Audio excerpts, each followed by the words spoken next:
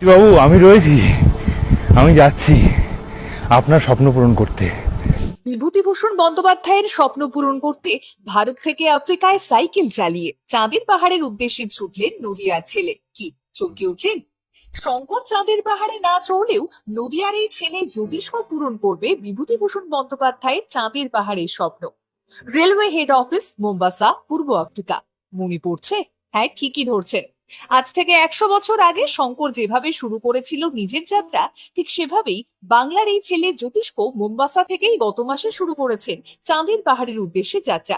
Nairobi পৌঁছে মানুষ খেকো বাঘের নখের ছবিও শেয়ার করেছেন সোশ্যাল মিডিয়ায়। ঘুরে দেখিয়েছেন সেবু সেতু থেকে শুরু করে শঙ্কর যেই রেলওয়ে স্টেশনে স্টেশন মাস্টার ছিল, তেমনই এক পরিত্যক্ত রেলওয়ে স্টেশন। শঙ্করের মতন পোশাক পরে কিছু ছবি শেয়ার করে লিখেছেন, আমি যদি শঙ্কর হতাম তাহলে কি কি হতো। রাস্তায় সাক্ষাৎ হয়েছে অনেক মানুষের সঙ্গে, তাদের ধন্যবাদ জ্ঞাপন করতেও ভোলেননি জ্যোতিষ্ক। জানা গিয়েছে জ্যোতিষ্ক একজন সেলফ সাপোর্টেড ট্রাভেলার। এই যাত্রায় তার নেই কোনো স্পন্সর, নেই কোনো সঙ্গী, শুধু রয়েছে এক বুক স্বপ্ন, চাঁদের পাহাড় দেখার স্বপ্ন।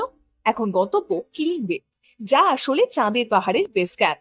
বিভূতিভূষণ বাবু চাঁদের পাহাড়ে পৌঁছানোর স্বপ্ন পূরণ করতে আরো কয়েক ধাপ এগিয়ে চলুক এই যুগের শঙ্কর।